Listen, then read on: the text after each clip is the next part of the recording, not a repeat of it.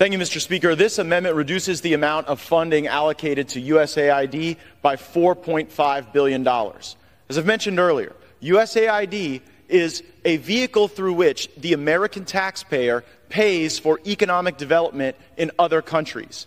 I think instead we should spend more money on the economic development of our own country, and actually, if we spent less money overall, we probably would see less inflation, more prosperity, and the type of economic growth that we saw during President Trump's time in office.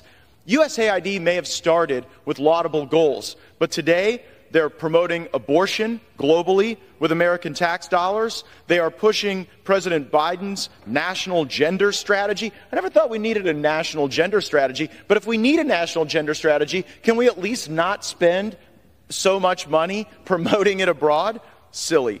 The DEI programs that are embedded in the 1619 Project have been embraced by United Nations Ambassador Linda Thomas-Greenfield, and we see that continue to manifest through USAID.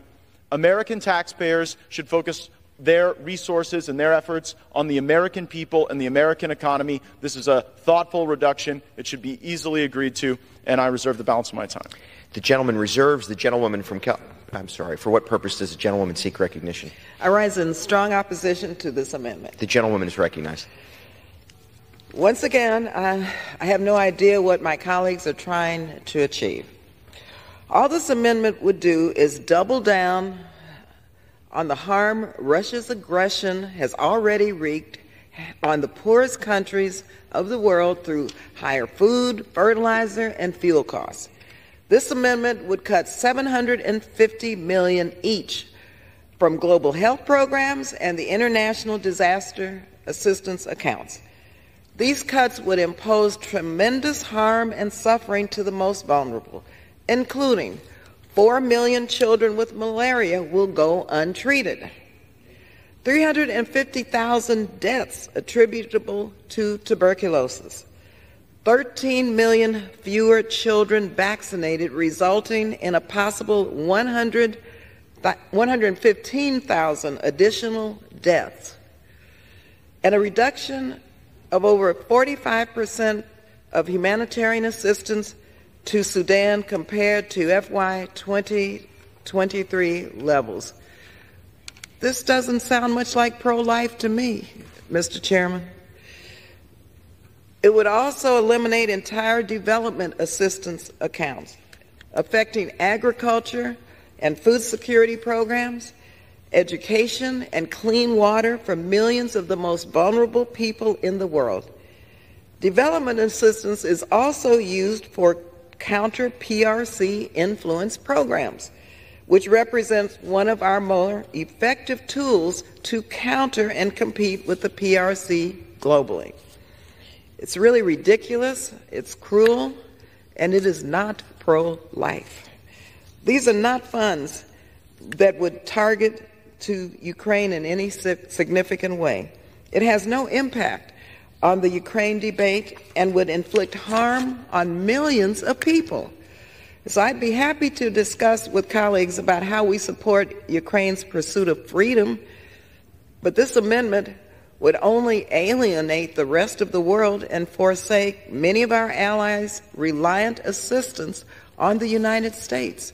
I urge my colleagues to oppose this amendment, and I reserve the balance of my time. The gentlewoman reserves. The gentleman is recognized. My amendment makes a $4.5 billion cut. $3.5 billion of that stops us from retiring global debt for Ukraine. Now, I don't think it's an unrealistic position to say that the United States of America should not deficit spend to retire the debt of other countries. Think about that. We are borrowing money from China to go settle the debts of Ukraine that they accrued far before this war with Russia. My colleague says that this exists to counter the PRC. We are never going to outbribe the PRC on the global scene. We are going to need another strategy. And if you listen to the debate of those opposing my amendment, hear the substance. Oh my goodness. People around the world are having problems buying food and buying fuel. And if the U.S. taxpayer will just sacrifice a little more, it might be easier to buy food and fuel in other countries. I have a message for my Democratic colleagues. People are having a hard time buying food and fuel in this country as a consequence of the very inflationary spending that I am trying to reduce with this amendment. We should retire our debt before we retire Ukraine's debt. That is such an obvious statement. I am shocked I have to say it on the floor of the U.S. House of Representatives, where I'm just glad we're still hanging our flag. I reserve. The gentleman reserves. The gentlewoman is recognized. Thank you. Mr. Chairman, let me just suggest this. It really is an unrealistic position for the United States to allow 4 million children with malaria to go untreated, to allow 350,000 deaths attributable to tuberculosis, to allow 13 million fewer children vaccinated, resulting in a possible 115,000 additional deaths, and a reduction of over 45% of humanitarian assistance to Sudan compared to 2023 levels. Very unrealistic, cruel, and unusual.